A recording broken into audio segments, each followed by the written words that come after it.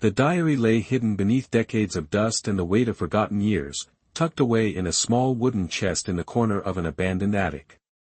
Its leather cover was worn, cracked at the edges, and darkened with age, exuding a faint scent of decay and time. The faint glow of a single candle revealed the intricate stitching along its spine, the careful craftsmanship of someone who had poured care into its creation. It seemed almost alive in the dim light, as though it waited, patiently, for someone to uncover its contents and bear witness to what it contained. As the pages were gently opened, the brittle paper crackled under the fingers, each turn releasing the subtle rustle of secrets long held in silence. The first lines appeared in delicate, precise handwriting, the kind that suggested discipline and an obsessive attention to detail. The words were ordinary at first, recounting daily life, mundane observations, and fleeting thoughts. But soon, an undercurrent of unease began to emerge, threading itself through the pages with an almost imperceptible tension. The opening passage made a single, simple statement, but one that carried a weight impossible to ignore. The man, whose name had been all but lost to memory, wrote as if recording a confession or issuing a warning. He knew he would be murdered, and he knew the exact day it would happen. The casual clarity of the claim was terrifying in its certainty, devoid of the hesitations or uncertainty one might expect from a mind teetering on the edge of fear. There was no doubt, no questioning, the sentence was a declaration as precise as a clock striking midnight. The candlelight flickered across the page, casting shadows that danced like ghosts across the words, as if the room itself acknowledged the truth of what was written. The air felt heavy, charged with an unnameable presence, as though the diary had carried not only knowledge but also the very essence of the terror it described. As the diary was examined further, the details of the man's daily life unfolded in an almost hypnotic cadence. He wrote of the streets he walked each day, the faces he encountered, the routine of meals and labor, and the quiet solitude of his evenings. Everything was documented meticulously, and yet the sense of dread grew with each entry. Ordinary actions, once mundane, were now tinged with a subtle foreboding. A casual stroll past the baker became a calculated risk, a friendly nod to a neighbor a potential prelude to violence. The reader began to sense the duality of the man's existence, outwardly normal, yet inwardly consumed by an unrelenting awareness of mortality. Even the simplest gestures carried weight, each word in the diary resonating with the inescapable rhythm of an approaching end. In the margins of the pages were small notations, symbols that at first seemed meaningless. Tiny marks resembling tally strokes, cryptic sketches, and occasional dates that did not correspond with ordinary calendars. These marginalia hinted at a mind not only trying to predict its own demise but also attempting to map the threads of causality, to understand the invisible mechanisms that led inexorably to the moment of murder. Each mark suggested a ritual of observation, a silent and obsessive effort to decode the signals of fate. The man seemed to treat the diary as a shield, a way of confronting the future with a combination of intellect, superstition, and sheer human will. The first entries that directly addressed the murder were chilling in their calm, matter-of-fact tone. There was no hysteria, no hyperbolic language, only careful descriptions of sensations, the rustle of footsteps on gravel outside his window, shadows cast in the corners of candlelit rooms, the weight of silence in moments that should have been ordinary. He wrote of a stranger passing his home, eyes briefly meeting his own, a figure whose presence was unremarkable but whose intention he somehow sensed. Each observation was recorded as though it were both evidence and prophecy. The diary created a dual tension, the knowledge that danger was real and imminent, and the fascination with the intricate ways in which it could manifest in everyday life. Even the physicality of writing seemed to reflect the man's growing unease. The strokes of ink varied, sometimes neat and composed, other times hurried, almost trembling, as if the pen itself could not keep pace with the urgency of thought. Smudges and ink blots suggested moments of distraction or fear, a tangible record of the psychological strain of documenting one's own death. There was an eerie rhythm to the pages, a cadence that mirrored the slow, deliberate unfolding of fate itself. As the reader absorbed these details, a sense of empathy began to emerge, tinged with horror. This was a man attempting to impose order on an experience that was, by nature, uncontrollable.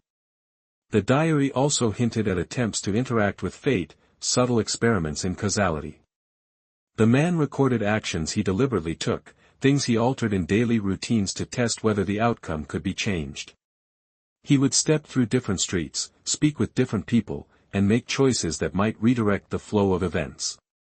Each entry reflected an extraordinary intelligence paired with profound helplessness. He understood that his interventions were unlikely to succeed, yet he persisted, documenting every choice, every deviation, every almost successful attempt to avoid the inevitable.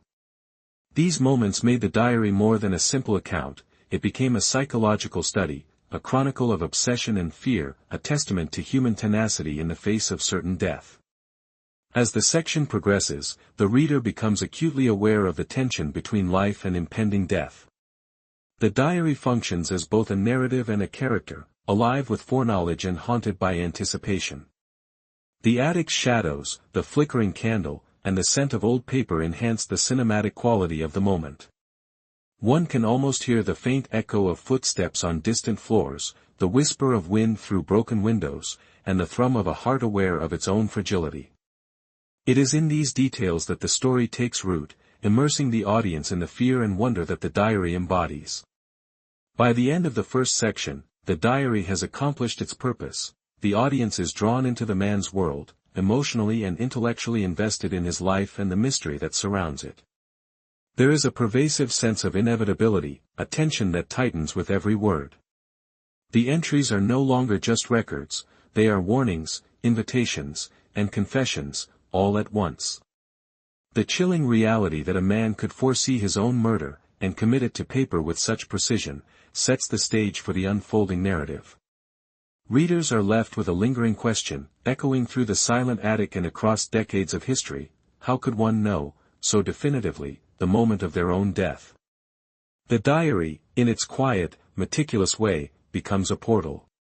Through it, the audience steps into a world where time, fear, and knowledge intertwine, where the ordinary becomes ominous, and where a single, human voice challenges the boundary between life and death.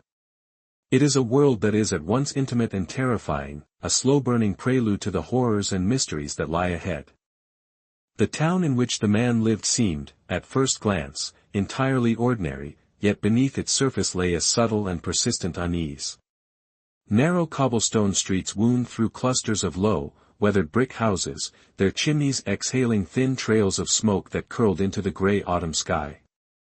Gas lamps flickered unevenly along the streets, their dim light casting long, wavering shadows that turned familiar corners into spaces of uncertainty. Every alleyway, every narrow passage, seemed to conceal a story waiting to be whispered in hushed tones. The air was thick with the sense of hearth fires and damp earth, mingling with faint odors of decay that no one quite noticed until they paused, momentarily, to breathe. The town's outward serenity masked the turbulence beneath, a place where appearances were carefully maintained, yet secrets thrived like weeds in the cracks of the stone paths. The town's history was steeped in layers of tradition, superstition, and a peculiar devotion to order.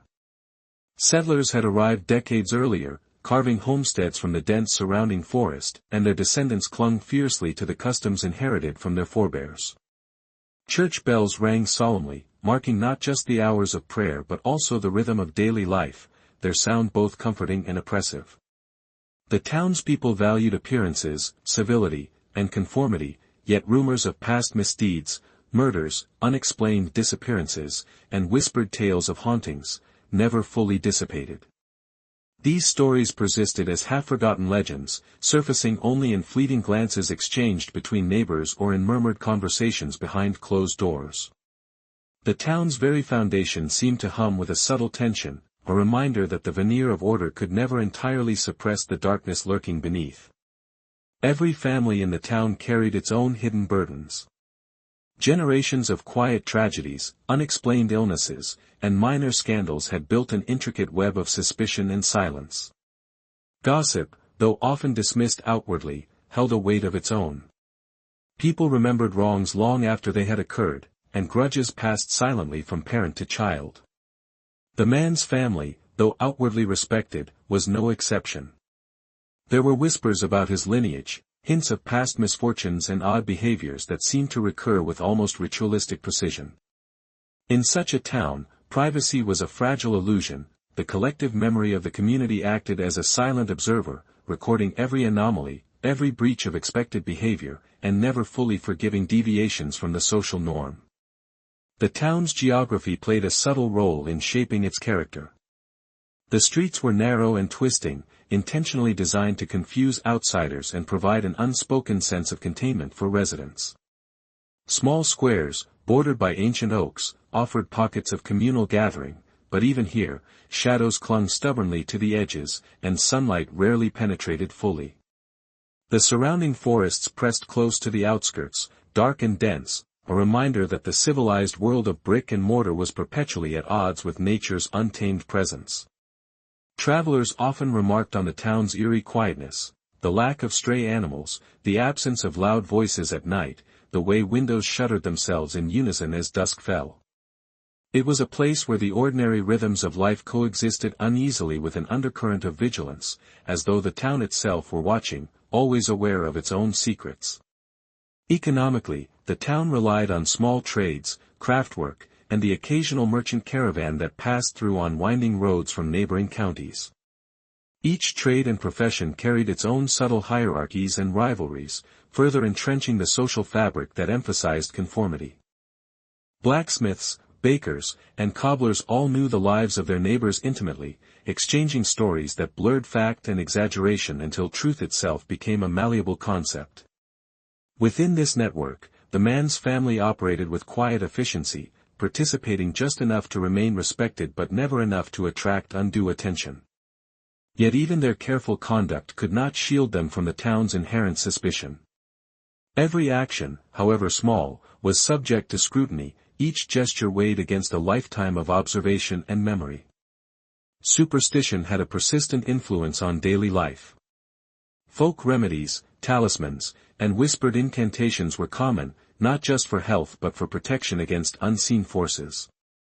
The townspeople spoke of curses lightly, as if the mere acknowledgement might summon them, yet their adherence to ritual suggested a genuine belief in their efficacy. Children were warned against venturing into certain streets after dusk, and even adults approached particular corners or doorways with caution, performing minor gestures to ward off ill fortune. These customs created a subtle, ever-present tension, a collective anxiety that threaded through every interaction. The man's acute sensitivity to danger was, in part, a reflection of growing up within this atmosphere of constant vigilance. He had learned, consciously or not, to recognize patterns, to notice small anomalies, and to interpret minor signals as potential harbingers of disaster. The social fabric of the town was further complicated by a delicate balance between religious authority and civic governance. Ministers held considerable sway, dictating moral behavior and social norms, while town officials enforced rules with a quiet insistence on decorum. This dual authority often amplified the tension between public perception and private reality. While outwardly promoting order, both church and government were aware of the simmering undercurrents of fear and suspicion that the townspeople carried. Any hint of deviation, whether an unusual behavior, a whispered fear, or a public claim of foreknowledge, was met with scrutiny and subtle attempts to control the narrative. The man's diaries suggest that he was keenly aware of this dynamic, observing the town's response to his growing unease with careful attention, noting both overt reactions and the small, almost imperceptible gestures that betrayed hidden truths. Despite its oppressive structure, the town possessed moments of fragile beauty. Early morning mists clung to the streets, sunlight glinting off damp stones, creating illusions of shimmering movement. Seasonal changes brought bursts of color from scattered gardens, while the surrounding forest occasionally offered glimpses of wildlife peering curiously from the undergrowth. These moments, however brief, were often juxtaposed with a sense of foreboding. Even in beauty, shadows lurked, and the very familiarity of these streets created an ironic tension. The ordinary was never entirely safe, and the everyday could turn threatening in a single, unremarkable moment. It was within this tension that the diary's narrative would begin to resonate, as ordinary life collided with extraordinary foreknowledge. By the end of this section, the audience is fully immersed in the town itself, a living, breathing entity whose secrets, traditions, and subtle fears shape the life of every resident. The man's existence, his fears, and his ultimate fate are inextricably tied to this environment.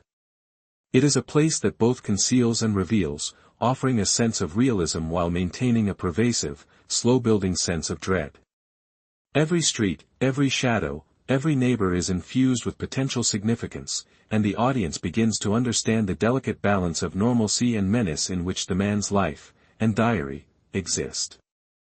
The man at the center of the diary's chilling narrative was, in many respects, a figure of quiet normalcy, yet beneath that unassuming exterior lay a mind both sensitive and relentlessly observant. He was of average height, with a wiry frame that suggested endurance rather than strength, and his movements were deliberate, each step measured as if he were constantly evaluating the space around him. His eyes, pale and watchful, seemed to notice details that others overlooked, the slight twitch of a neighbor's hand, the way shadows shifted at odd hours, or the subtle change in the wind's direction against the rooftops. Those who knew him described him as polite and courteous, though a certain distance in his demeanor kept true intimacy at bay. He spoke when necessary but often lingered in silence, listening, absorbing, and cataloging the world with a precision that would later manifest in the pages of his diary. His family's history, woven with both pride and quiet tragedy, shaped much of who he was. They were long-standing residents of the town, with generations who had lived in the same modest home, tending to the same gardens, and working in familiar trades. Yet beneath the veneer of continuity, there were fractures, illnesses that defied explanation, sudden deaths, and rumors of mental instability that surfaced from time to time. His father, a stern man of routine and discipline, imposed a rigid sense of order in the household, demanding diligence in both work and study. Though he was not unkind, his authority was absolute, and any deviation from expected behavior was met with quiet disapproval, leaving subtle but lasting impressions on the man's psyche. His mother, by contrast, was nurturing yet frail, often retreating into a private world of fears and whispered prayers, passing along both superstition and anxiety to her children. The household was one in which caution was instilled early, where observation and awareness were treated as necessary skills for survival. From a young age, the man displayed an unusual combination of intelligence and sensitivity. He excelled in reading, mathematics, and the natural sciences, yet he also seemed attuned to the unseen, the faint tremor in a person's voice, the fleeting pattern of movement that suggested hidden intentions, and the almost imperceptible signs of danger. His curiosity was relentless, driving him to study everything from the stars in the night sky to the minutiae of social interactions in the town square. He often disappeared into the surrounding forests or along winding roads for hours, making careful notes in small notebooks, which he kept hidden from others. These excursions were not simply for leisure, they were exercises in observation, practice in predicting outcomes, and methods of training his mind to notice what most overlooked. Over time, this discipline would form the foundation of the diary, providing both structure and the means to chronicle his unnerving awareness of the world around him. The man's relationships within his family were defined by both connection and subtle tension. Siblings, if he had any, were present but largely peripheral, each absorbed in their own struggles and largely unaware of the unique intensity of his perceptions. Conversations were polite but superficial, and he often retreated into his own thoughts, recording observations and calculations in silence. His parents, though attentive in their own ways, failed to grasp the depth of his anxieties, dismissing certain fears as fanciful or impractical. This lack of understanding, combined with the weight of family expectations, created a quiet isolation, fostering a growing awareness that the world contained layers beyond what others acknowledged. Within this tension, the man developed both resilience and a sense of inevitability, preparing him in subtle ways for the confrontation with mortality that would dominate the later pages of his diary. There were, however, moments of vulnerability that revealed the human core beneath his careful exterior. He noted in the diary times when he had been overcome by a sudden sense of dread, when ordinary shadows appeared monstrous, or when the faintest sound caused his pulse to quicken. These entries reflected a mind in constant negotiation with itself, rational, methodical, and yet subject to the emotional weight of anticipation and fear. He described walking through familiar streets and sensing eyes upon him, though no one was there, or hearing distant laughter that seemed oddly sinister in context. In these passages, one can trace the emergence of a premonitory instinct, as if the constant attention to detail and nuanced observation had evolved into a form of foresight, though whether psychological, intuitive, or supernatural remained an open question even to him. Education played a pivotal role in shaping both the man's abilities and his isolation. Unlike many peers who engaged casually with trades or local apprenticeships, he pursued knowledge for its own sake, often immersing himself in books that were rare for the town, covering topics from natural philosophy to accounts of historical crimes and unexplained phenomena. His reading cultivated an analytical mind capable of connecting seemingly disparate events and identifying patterns others missed. Yet this intellectual curiosity further distanced him from his peers and family, creating a subtle social schism. While admired for his intelligence, he was also regarded with a mixture of wariness and suspicion, an outsider in a community that prized conformity and predictability. This social isolation amplified his focus on internal observation, feeding into the meticulous record-keeping that would later become the diary. The man's daily routines reflected both discipline and obsession. Each morning, he performed a series of tasks with precise timing and methodical care, noting small anomalies, a misaligned brick, a distant sound, a shift in the wind. Meals were taken at fixed hours, often alone, and conversations were deliberate, measured, and minimal. Even walks through the town followed strict paths, variations recorded in his notebooks and evaluated for significance. These routines were not mere habit, they were part of a larger effort to map the world, to anticipate outcomes, and to exert some control over an existence that he increasingly sensed was threatened. The diary served as the culmination of these practices, capturing the full weight of his attentiveness, fear, and attempt to wrest knowledge from uncertainty. Yet even in his calculated life, there were moments of connection that revealed the man's humanity. He wrote occasionally of neighbors who were kind or curious, of small kindnesses from shopkeepers, or the fleeting warmth of a shared joke. These interactions were brief and tinged with melancholy, often followed by reflections on the fragility of trust and the ease with which ordinary interactions could turn threatening. In these passages, the diary conveys not only foreboding but also an awareness of the value of life, community, and the precarious balance between engagement and self-preservation. The juxtaposition of ordinary human connection with persistent dread heightens the tension, making the man's eventual fate all the more tragic. By the end of this section, the audience is intimately familiar with the man as a multidimensional figure, intelligent, sensitive, methodical, and profoundly aware of danger. His family background, social positioning, and personal habits create a vivid context for the diary's significance. The intersection of inherited anxiety, disciplined observation, and intellectual curiosity establishes a psychological framework for understanding how he might perceive his own mortality with such clarity. Readers begin to grasp not only the man's character but also the subtle, often invisible pressures of a town steeped in history, suspicion, and superstition, a world in which secrets and foreknowledge could intertwine with deadly consequences. The earliest signs that something was amiss began subtly, almost imperceptibly, slipping into the man's life like shadows at dusk. At first, they were minor anomalies, barely worth noting, yet their persistence and pattern unsettled him. Objects shifted from their usual places, items he knew had been left on a table or shelf appeared elsewhere, as if moved by unseen hands. The changes were slight: a book turned upside down, a candle extinguished before its time, a door left ajar, but each small irregularity was meticulously recorded in his growing collection of notebooks. He did not speak of these occurrences to his family, partly because he feared their dismissal, partly because he sensed that to name them aloud might give them power.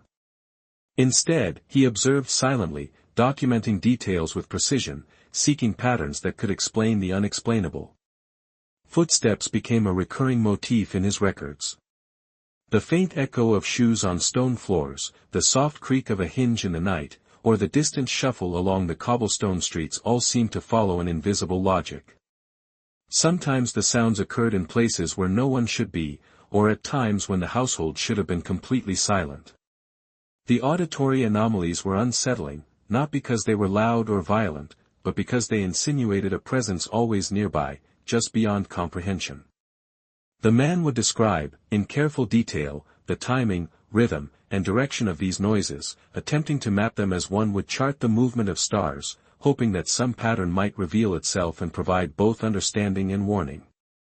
Occasionally, he glimpsed figures at the periphery of his vision, only to find nothing upon closer inspection.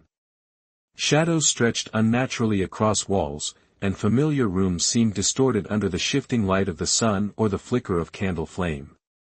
One evening, he noted seeing a stranger in a long coat passing the window, a figure whose face was obscured by shadow, whose presence felt deliberate yet impossibly fleeting. By the time he opened the door to confront this intruder, the street was empty, leaving only an echo of fear and uncertainty. The diary captures these moments in a tone of clinical observation, juxtaposing calm, methodical recording with an undercurrent of rising dread.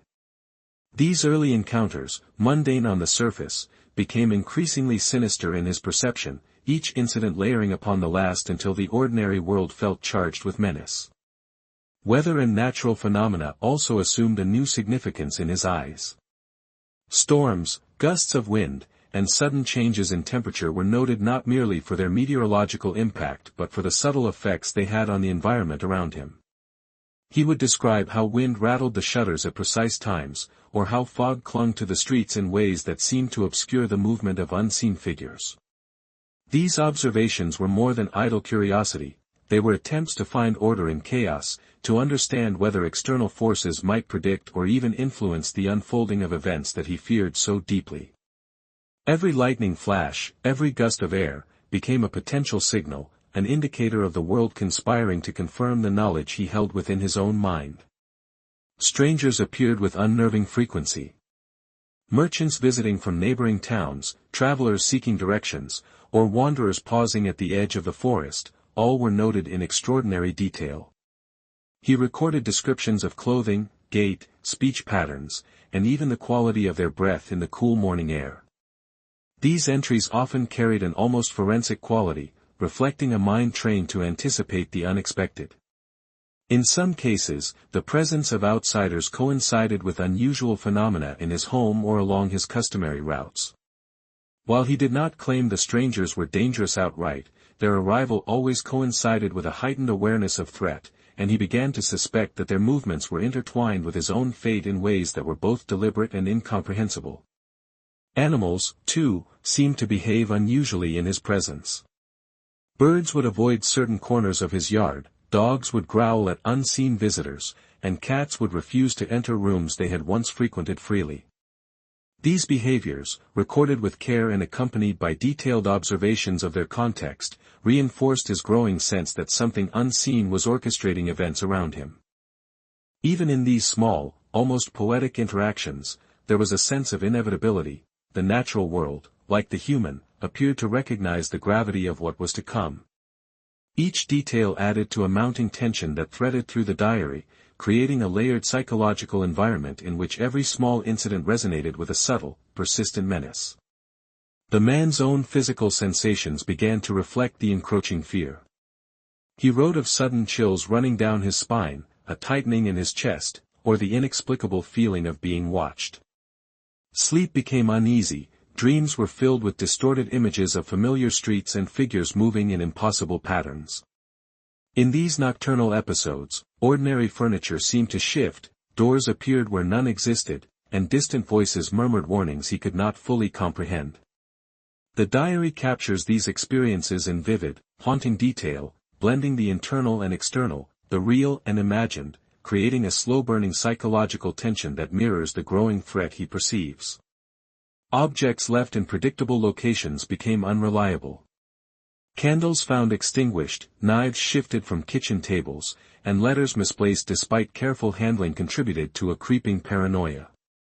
The man documented each incident with exhaustive precision, noting not only the time and place but also the sequence of events leading up to the anomaly. This meticulous record-keeping served both as a coping mechanism and as evidence, a way to understand, and perhaps anticipate, forces that defied normal explanation. Each entry revealed the depth of his observation and the intensity of his fear, transforming ordinary domestic spaces into arenas of potential danger. By the end of this section, the reader is drawn deeply into the man's perspective, where every detail carries weight, and every anomaly resonates with foreboding. The diary transforms ordinary experiences into a tapestry of subtle terror, combining empirical observation with intuitive dread. Shadows, sounds, weather, animals, and strangers converge into a network of signs, all pointing toward an inevitable outcome that only he seems to perceive. The narrative tension builds steadily, immersing the audience in a world where reality and premonition intertwine, setting the stage for the escalating mystery that will dominate the following sections. The first murmurs began quietly, almost imperceptibly, like the faint rustle of leaves before a storm. Neighbors who had once exchanged polite greetings now lingered with an edge of curiosity, their eyes darting toward the man with unspoken questions. It started with small remarks overheard in the marketplace or at the town square, hints that he was behaving strangely, that he seemed to anticipate dangers no one else could see. Some described him as unusually watchful, others whispered of quiet obsession. These whispers were never loud or direct, yet they carried weight, slowly seeping into the consciousness of the town. Words traveled quickly in a place where everyone knew everyone, and once suspicion took root, it spread with a subtle inevitability. Children were often the first to notice peculiarities, and in their innocence, they spoke freely.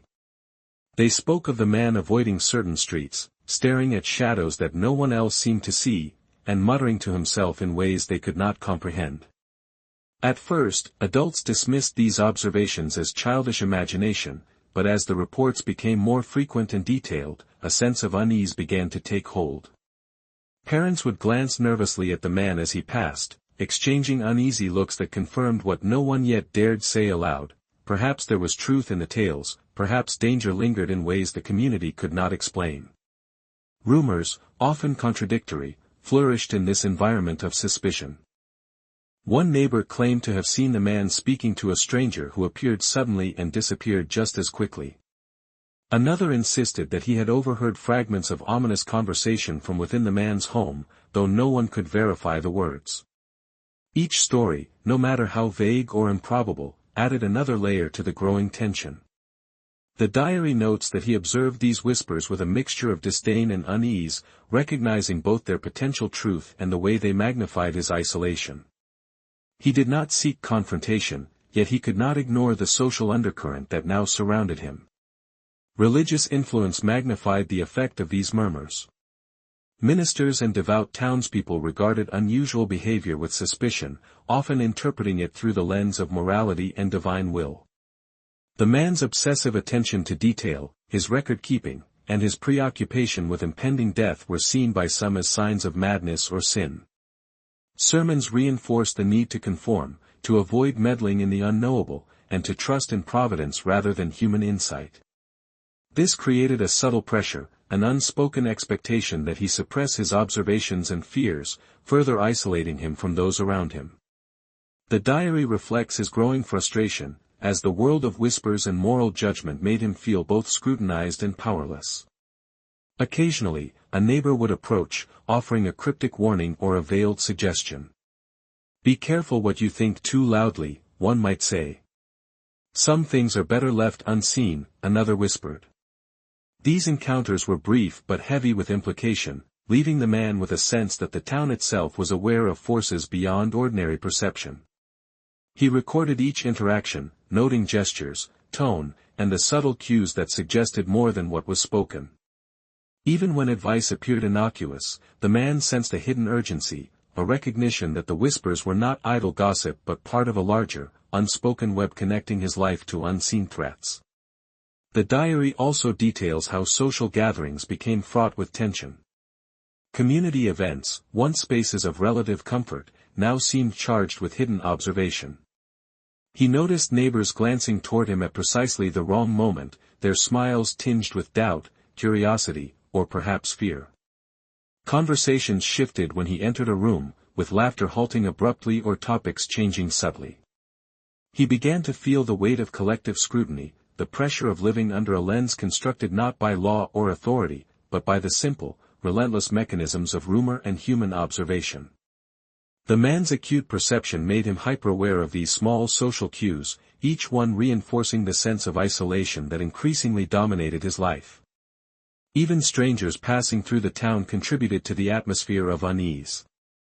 Travelers and merchants occasionally commented on the man's odd demeanor, further validating local suspicions. They remarked on his intense focus, his habit of avoiding certain streets, and his preoccupation with notes or journals. Though brief and passing, these remarks reached the ears of neighbors, who interpreted them through the lens of their own anxieties. Over time, the man became a figure both observed and misunderstood, a focal point for collective fear that grew quietly but inexorably. The psychological impact of these whispers on the man is evident throughout the diary. He writes of nights spent lying awake, listening for subtle changes in the sounds of the street, imagining conversations behind closed doors, and interpreting the ordinary actions of neighbors as potential threats or confirmations of his premonitions. Social isolation, once tolerable, became oppressive. The subtle hostility of the whispers, the weight of observation, and the sense of being constantly evaluated created a psychological environment in which fear was both internal and external, inescapable and persistent. By the end of this section, the reader sees how the town itself becomes a character in the unfolding mystery. Whispers, rumors, and subtle social pressures create a living tension that surrounds the man, shaping his perception of reality and amplifying the ominous signs he has already begun to document. The interplay between observation, suspicion, and fear establishes a slow-burning suspense, as the ordinary routines of life are transformed into a landscape of potential menace. It becomes clear that the man's struggle is not only with unseen forces but also with a community whose watchful eyes both ignore and magnify the danger he perceives. As the man's observations grew more urgent and specific, the town's institutions began to take notice, though not in the way he might have hoped. The ministers, civic leaders, and influential elders reacted first with denial, then with subtle coercion, each seeking to suppress what they perceived as dangerous and destabilizing behavior.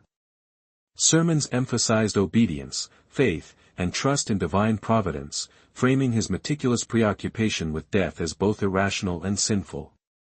Clergy warned that dwelling excessively on mortality invited trouble, suggesting that the man's focus on the timing of his own death was a form of blasphemy.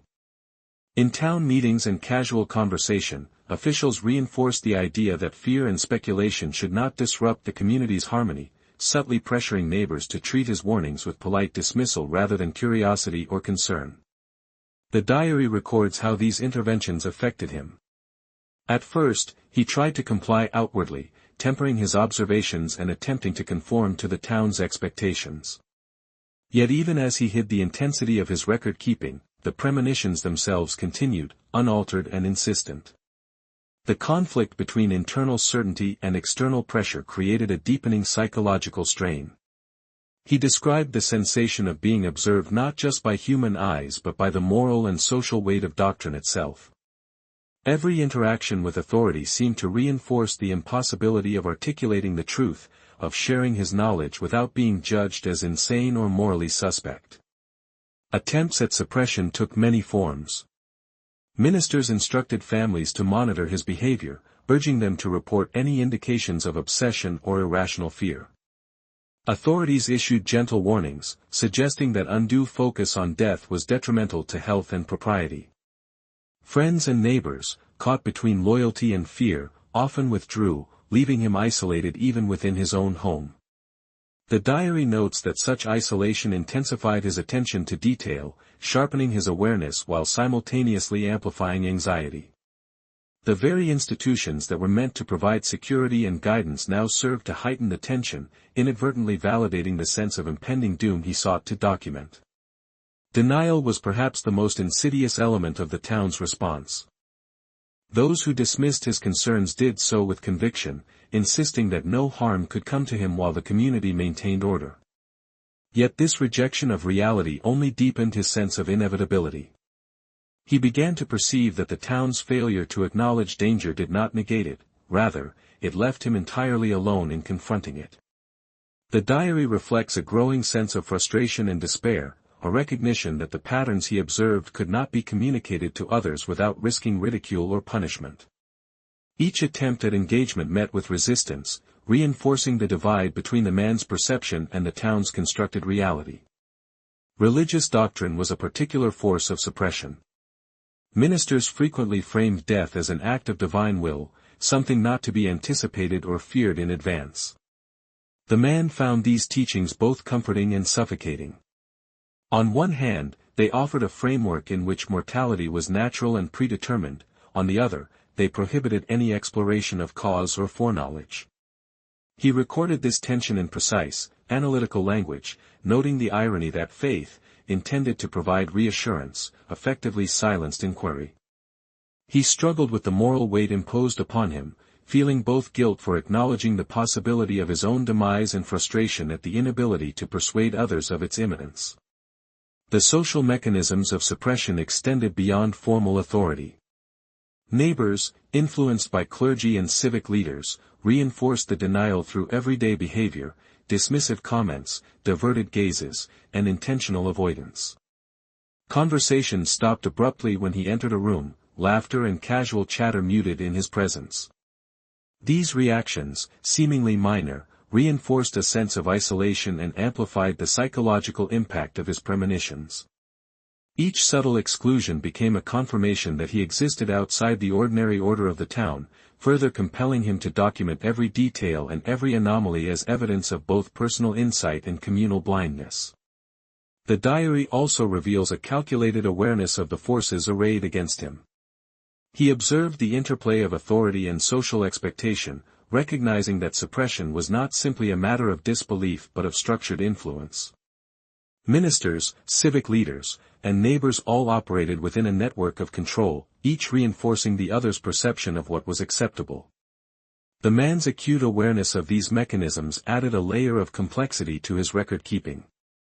He documented not only physical anomalies but also the subtle ways in which human behavior sought to erase or ignore evidence of danger. The diary became a dual chronicle, one of foreboding events and one of the human systems that attempted to constrain perception. Even as suppression intensified, the man's resolve did not falter entirely.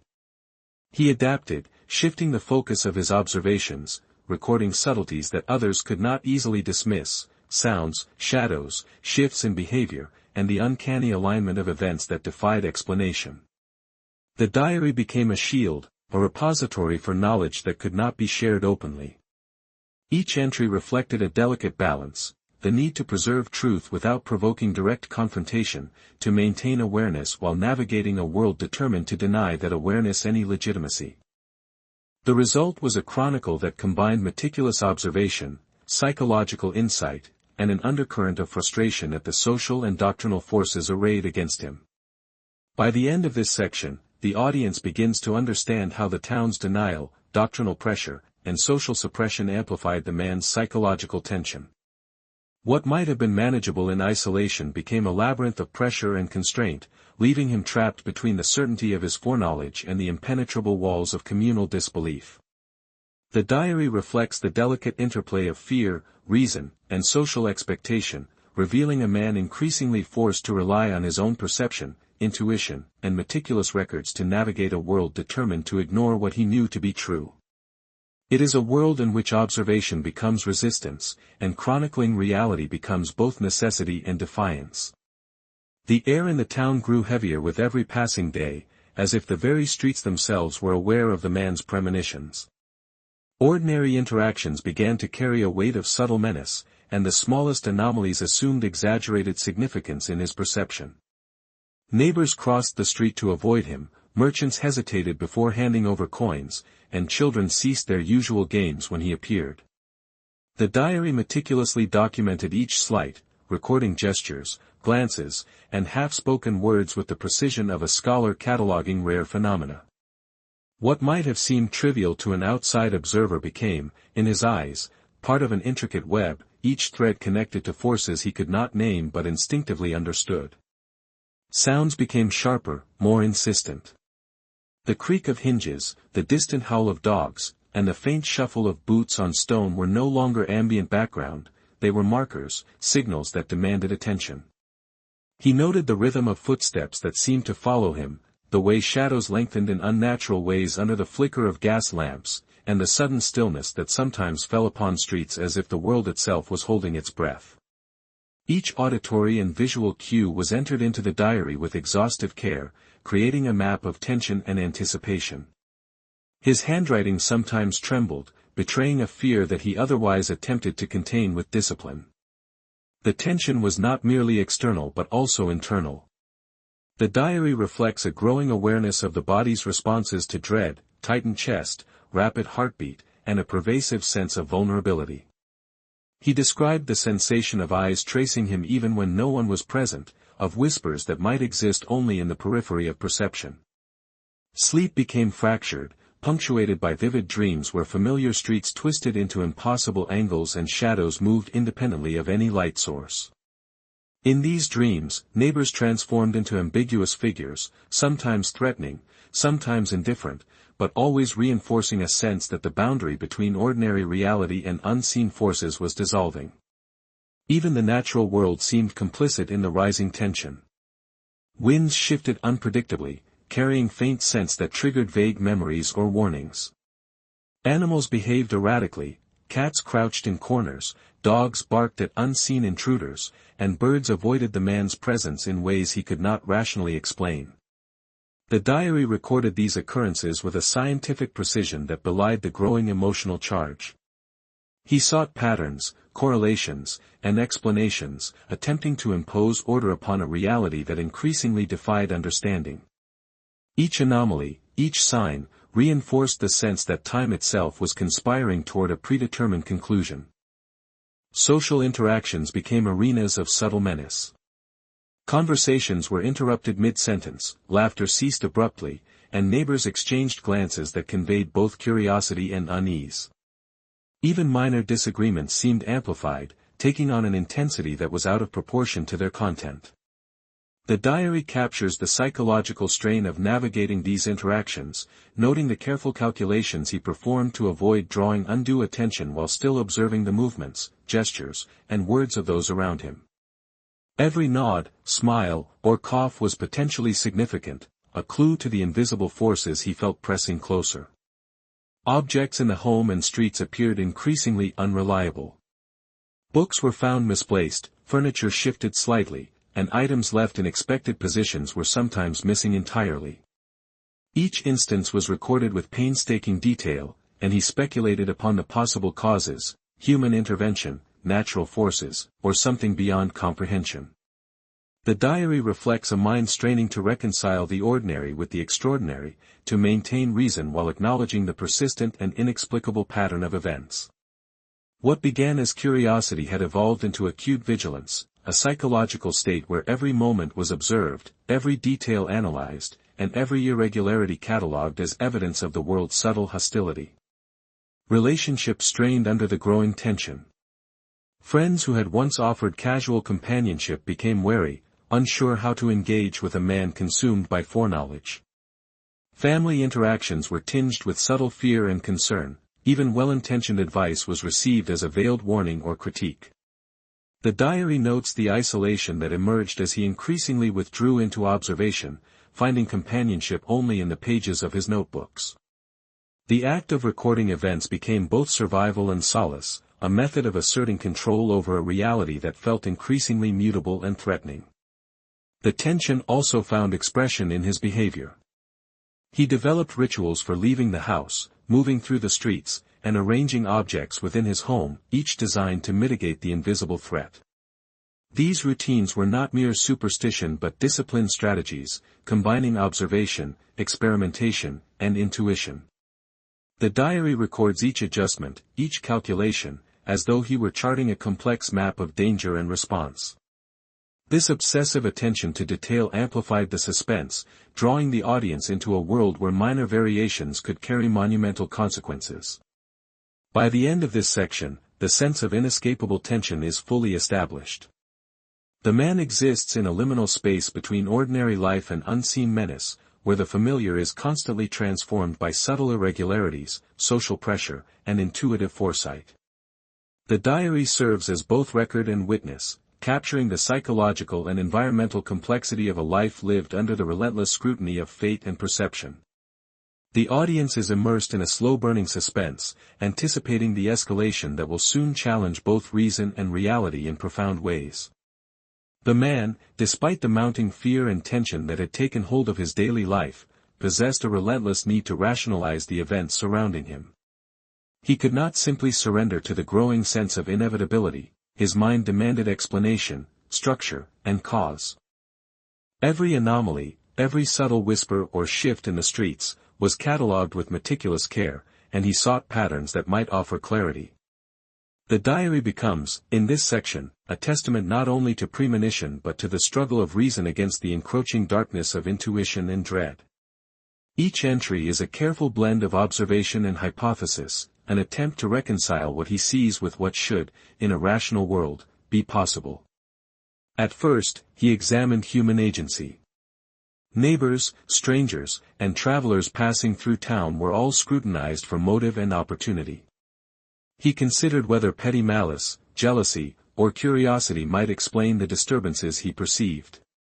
Small details, a glance lingering too long, a shadow cast at the wrong moment, a footstep slightly out of rhythm, were all analyzed for intent. Yet every attempt to ascribe events to ordinary human behavior fell short. Patterns emerged that seemed too precise, too consistent, to be coincidence, and the man began to suspect that ordinary explanations were insufficient. The diary captures the tension of this realization, as the boundary between human agency and something far more obscure begins to blur. He also explored natural phenomena as potential explanations. Wind, fog, temperature changes, and the subtle shifting of objects were all catalogued with an almost scientific rigor. Each occurrence was logged alongside environmental conditions, the time of day, and the presence or absence of other people.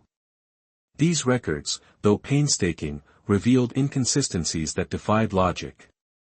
Candles extinguished without reason, shadows that moved independently of light sources, and sounds appearing without identifiable origin challenged the assumptions of natural causality. In these pages, the diary reflects both the man's intellectual discipline and the growing awareness that the forces at work might not be bound by ordinary laws. Superstition and folklore, while long dismissed as quaint or irrational, began to gain attention in his analysis. Tales of omens, ghosts, and curses passed down through generations of townspeople were reconsidered in light of the persistent anomalies he observed. He recorded these stories, comparing them against the events he documented, searching for correlations that might indicate hidden truths embedded in oral tradition. While he approached these accounts with skepticism, he could not ignore the uncanny parallels between the legends and his own experiences. The diary thus becomes a negotiation between rational thought and the unsettling resonance of collective memory, a delicate attempt to balance doubt with recognition of phenomena beyond conventional understanding. His own bodily responses were analyzed with equal precision. Chills, accelerated heartbeat, and sudden feelings of dread were recorded alongside environmental conditions and social interactions. He questioned whether heightened anxiety, acute perception, or neurological sensitivity could explain the premonitions that weighed so heavily upon him. Yet even this careful introspection could not account for the exactness with which certain events appeared to unfold. The diary entries reveal a mind caught between self-doubt and certainty, struggling to distinguish between legitimate foresight and the illusions created by fear. This internal investigation intensified the suspense, providing a layered psychological depth that the audience perceives as both intellectual rigor and creeping terror. The diary also reveals experiments designed to test the boundaries of perception and causality. He would leave objects in specific positions, change routines, or introduce minor variables to observe their effects. Sometimes, the results confirmed what he had already suspected, other times, anomalies persisted despite his interventions. Each experiment was recorded in meticulous detail, with notes on timing, environmental factors, and unexpected outcomes. These pages reflect a systematic approach to understanding phenomena that, by their very nature, resisted explanation. The diary becomes a ledger of trial and error, a chronicle of attempts to impose order upon a reality that seemed increasingly indifferent to human reason. Interactions with others provided further opportunities for rational analysis. He observed how neighbors reacted to subtle cues, how social patterns shifted in response to his presence, and how rumors and whispers propagated with remarkable speed. These studies, though indirectly connected to the more mysterious occurrences, offered insight into human behavior, perception, and the power of suggestion.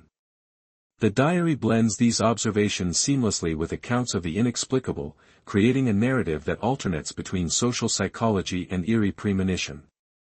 Each entry reinforces the tension between rational explanation and the persistent intrusion of the unknown.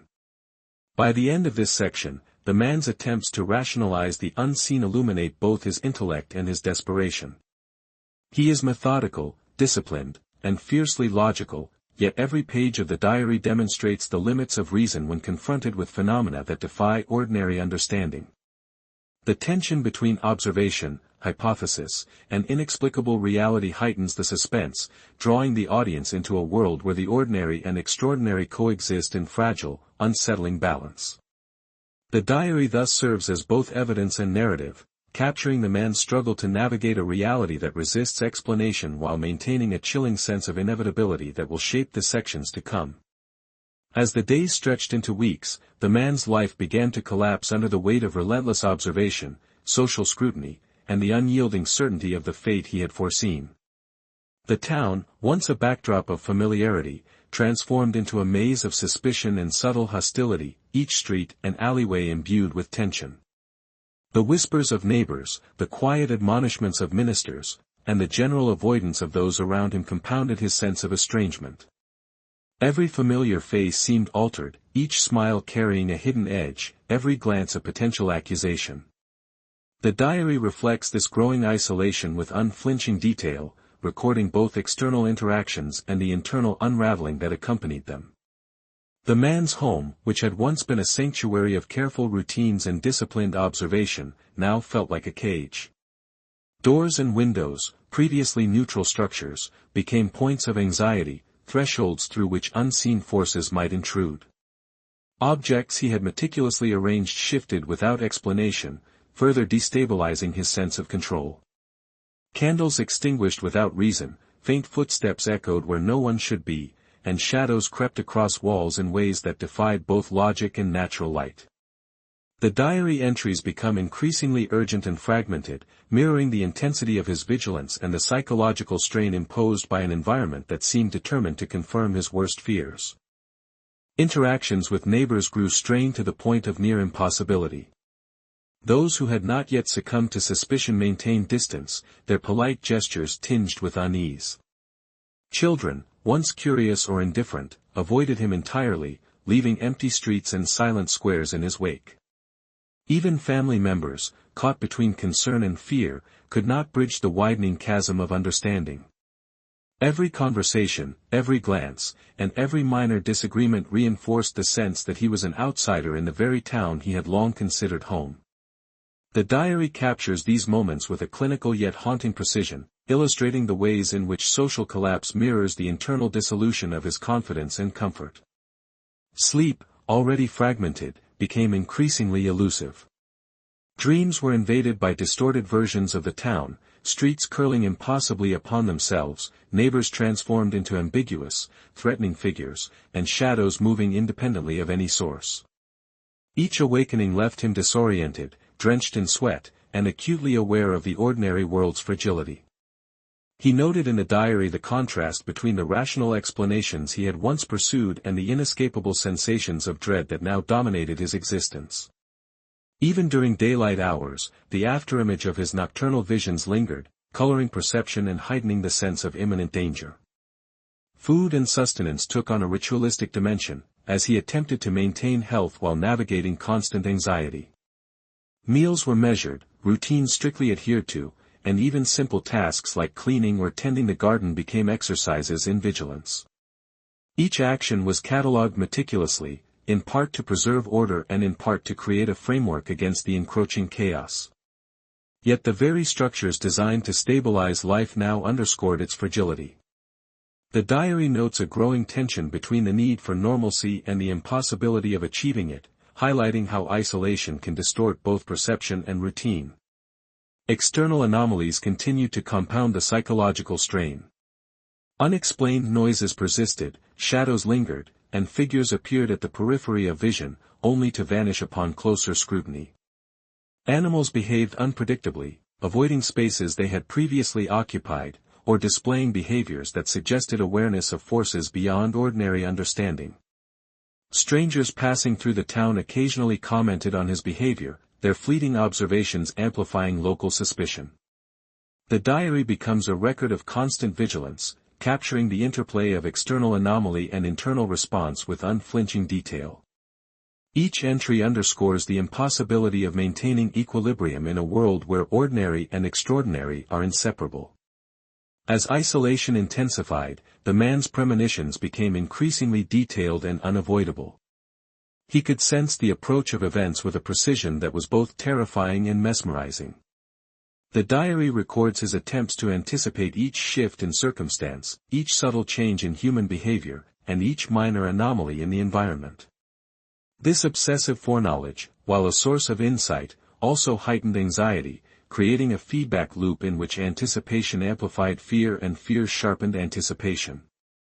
The collapse of social and psychological support left him entirely reliant on his own faculties, a solitary observer of a world that seemed increasingly hostile and predetermined. Even basic interactions with the natural world contributed to the sense of collapse. Weather shifts, wind patterns, and the behavior of animals all took on significance far beyond their ordinary import. The man noted subtle correspondences between environmental factors and the anomalies that dominated his perception. These observations were not idle curiosities but attempts to impose coherence upon a reality that resisted rational analysis. In doing so, the diary reflects the intersection of empirical observation, intuition, and fear, offering a layered insight into a mind under relentless pressure from both internal and external forces. By the end of this section, the reader witnesses a profound transformation. The man's life, once structured and disciplined, is now dominated by relentless anxiety, social estrangement, and unshakable foreknowledge. Isolation is both physical and psychological, familiar spaces are rendered threatening, ordinary interactions are fraught with ambiguity, and every detail of daily life becomes a potential harbinger. The diary captures the full spectrum of collapse, environmental, social, and personal. It is a record of how foreknowledge, combined with social scrutiny and inexplicable phenomena, can dissolve the ordinary world into a labyrinth of tension, fear, and inevitability, setting the stage for the ultimate confrontation with mortality that the final sections will reveal. When the inevitable occurred, it was as if the town itself collectively exhaled, the culmination of foreboding, whispers, and suppressed knowledge settling into a fragile silence. The man, whose life had been defined by acute observation and relentless anticipation, met the fate he had so meticulously documented. Yet even in death, his presence lingered, a shadow over the streets, the homes, and the quiet lives of those who had once whispered and watched. The diary, left behind, became both testament and warning, a chilling artifact that bridged the gap between life, foreknowledge, and the unresolved tension that had defined his existence. The immediate aftermath was subdued, almost eerily calm. Neighbors, previously quick to gossip, now maintained a hushed distance, as though fear of proximity had replaced curiosity. People walked past his home with lowered eyes, avoiding the steps and windows that had once been spaces of ordinary life. The diary, carefully preserved by a distant relative, began to circulate in the town with a mixture of reverence and unease, its pages revealing the meticulous attention to detail, the premonitions, and the relentless cataloging of events that had preceded his death. Those who read it were confronted with the uncanny precision of his observations, a record that blurred the line between intuition, analysis, and something beyond comprehension. In the streets, the ordinary rhythms of life resumed, but with a subtle, persistent tension. Shops reopened, children played in the square, and the marketplace thrummed with familiar activity, yet undercurrents of caution lingered. Stories about the man circulated, blending fact and interpretation, each retelling emphasizing the eerie accuracy of his foreknowledge. Some dismissed the diary as coincidence magnified by posthumous interpretation, while others feared that the precision of his record signaled a deeper, inexplicable truth. The town itself became a dual landscape, one of mundane activity and one of invisible echoes, where every gesture, sound, and glance seemed to carry the residue of the events that had transpired. The lingering shadows were most palpable at night. The streets, bathed in the soft glow of gas lamps, seemed to stretch longer and darker than memory allowed. Windows reflected not only light but an intangible presence, a sense that the man's meticulous gaze had left an imprint upon the world. Animals behaved strangely, cats avoided familiar alleyways, dogs growled at invisible threats, and birds hesitated before landing. Even the wind seemed to move differently, carrying a whisper of movement and time, as if the town itself remembered what had occurred. The diary's records, juxtaposed with these subtle phenomena, suggested a continuity between the man's observations and the environment he left behind, reinforcing the lingering tension for those who remained. Social dynamics shifted in subtle but persistent ways. Neighbors who had dismissed his premonitions during his lifetime now approached with a cautious respect, their earlier skepticism tempered by the stark finality of his demise. Children were warned to heed the quiet, to recognize the weight of observation, and to consider the ordinary world with heightened attention. Even the ministers, once dismissive, acknowledged the unsettling accuracy of his records, though they framed their reflections in terms of providence and morality rather than premonition. The diary, circulating quietly, became both an object of study and a source of unease, its pages read in private, discussed in whispers, and ultimately treated as evidence of the delicate balance between awareness and fear. Scholarly curiosity began to take hold, as those interested in the boundaries of human perception examined the diary with meticulous care. The observations, rituals, and detailed environmental records offered an extraordinary window into a mind capable of anticipating events with uncanny precision. Questions arose regarding the nature of intuition, the limits of observation, and the intersection of rational analysis with foreboding knowledge. Some argued for psychological explanations, suggesting heightened sensitivity, obsessive-compulsive tendencies, or even early manifestations of neurological divergence. Others posited metaphysical interpretations, proposing that the man had tapped into forces beyond human understanding, able to perceive threads of fate that ordinary perception could not detect. These debates, though intellectually rigorous, only added layers to the town's collective unease. The physical environment preserved the residue of his presence. His home, left largely untouched after his death, became a space of quiet pilgrimage. Visitors noted subtle irregularities in the arrangement of objects, the precise alignment of furniture, and the faint traces of rituals performed with obsessive care. Each detail reinforced the sense of order intertwined with dread, demonstrating the meticulous discipline that had defined his life. The diary itself was treated with reverence, its pages handled carefully, the handwriting scrutinized for hidden meaning, and the sequence of recorded events compared against the unfolding realities of the town. Through these artifacts, the man's consciousness seemed to persist, his meticulous awareness extending beyond life itself. Folklore began to evolve in the aftermath. The man's life, premonitions, and death became the basis for stories that intertwined the real and the imagined. Children grew up hearing the tale of the man who knew his own end, and adults recalled the uncanny precision of his observations. The diary, once a private record, became a touchstone for these stories, a source of moral caution and psychological fascination. Though interpretations varied, the central narrative persisted, a life defined by foresight, observation, and an unrelenting confrontation with mortality. The town, now forever marked, carried these stories as both warning and legacy, an imprint of tension that would endure across generations. By the end of this section, the audience perceives a landscape transformed by the man's life and death. Ordinary routines continue, but with an overlay of subtle unease. The diary functions as a bridge, linking premonition to aftermath, observation to lingering shadows, and life to the traces it leaves behind. The town, the environment, and the social structures all retain the imprint of a consciousness attuned to hidden threats, a reminder that awareness and foreknowledge can leave indelible marks, long after the individual has departed. The narrative tension remains, suspended in the quiet streets, in the hushed whispers, and in the pages of a diary that endures as both evidence and testament to a life lived on the threshold between the ordinary and the inevitable. Long after the man's death, the diary continued to provoke debate, speculation, and unease among those who encountered it. Scholars, townspeople, and later visitors all grappled with the implications of his meticulous record-keeping, premonitions, and the eerie precision with which he had anticipated his own fate. The entries, painstakingly detailed, provided an extraordinary window into a mind that straddled reason and intuition, observation and dread. The ambiguity of his experience became a fertile ground for interpretation, prompting theories that ranged from the rational to the metaphysical, each seeking to explain the inexplicable legacy he had left behind. One line of thought emphasized psychological explanations.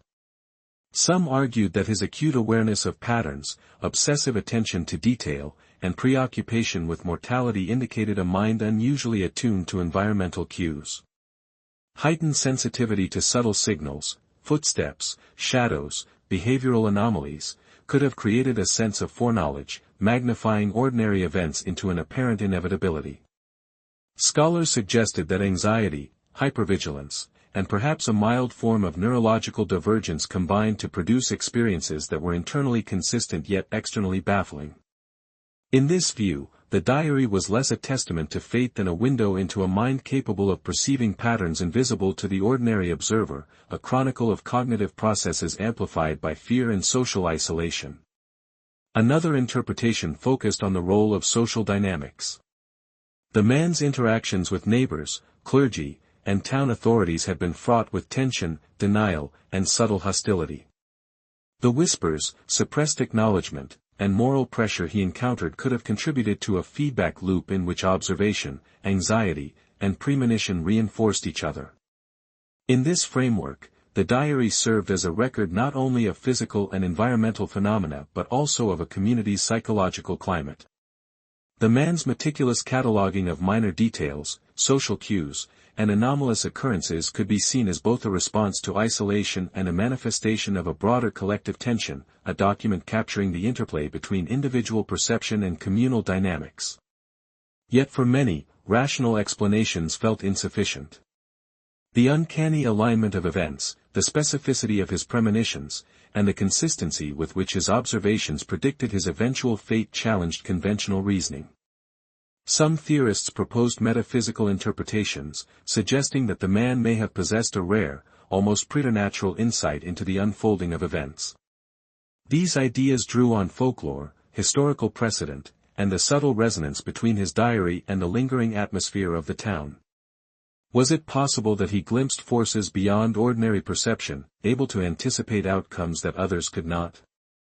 The diary's careful attention to time, pattern, and anomaly lent credibility to this unsettling hypothesis, blurring the line between plausible foresight and inexplicable knowledge. Debate also emerged around the significance of his methods. The precision with which he recorded environmental shifts, social interactions, and personal responses suggested a disciplined attempt to impose order on an inherently chaotic world.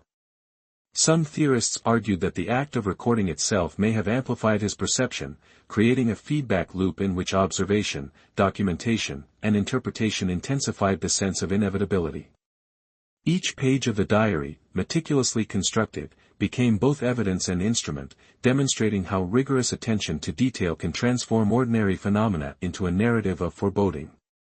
In this sense, the diary was not merely descriptive, it was performative, shaping both the man's experience and the interpretation of his legacy by future readers. Others considered the role of fate and inevitability. The diary consistently suggests that the man perceived a sequence of events as unavoidable, a chain of circumstances leading inexorably to his death.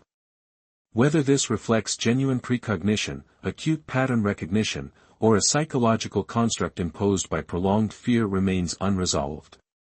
The narrative tension lies in the interplay between choice and determinism. He documented and attempted to influence his environment, yet the outcome remained fixed. Scholars debated whether his premonitions were self-fulfilling, a product of heightened awareness influencing behavior, or whether they were manifestations of a reality that exists beyond human intervention. The diary, silent on this philosophical question, leaves readers suspended between rational analysis and existential speculation. Even centuries later, the man's story retained cultural resonance. Folklore, adapted from his diary and the town's collective memory, evolved into cautionary tales. Children were told of the man who knew his own death, and adults reflected on the delicate balance between observation, fear, and mortality. Each retelling emphasized different elements, some focused on psychological insight, others on the uncanny accuracy of his premonitions, and still others on the eerie sense of inevitability that pervaded his life. In all accounts, the diary remained central, a tangible link to a consciousness that had perceived the invisible threads connecting life, environment, and fate. Unresolved questions persisted. Was the man's foresight an extraordinary cognitive ability, a heightened sensitivity to environmental and social cues, or a brush with forces beyond ordinary comprehension? Did the meticulous documentation create the very patterns he sought to understand, or was he an observer of a predetermined reality? Could his experiences be replicated, or were they singular, irreproducible manifestations of a unique mind in a particular social and historical context? The diary offered no definitive answers, only the weight of meticulous observation, the resonance of uncanny accuracy, and the haunting presence of a life lived in relentless anticipation. By the end of this section, the legacy of the man's life, death, and diary is firmly established as both profound and unresolved. Theories abound, from the psychological and sociological to the metaphysical, yet none can fully account for the extraordinary detail, precision, and premonition that define the narrative. The diary endures as a bridge between reason and mystery, a record that invites contemplation, speculation, and awe. Readers and historians alike are left with the haunting impression that some truths may lie forever beyond comprehension, visible only through the lens of meticulous observation, obsessive documentation, and a consciousness attuned to forces that ordinary perception cannot grasp.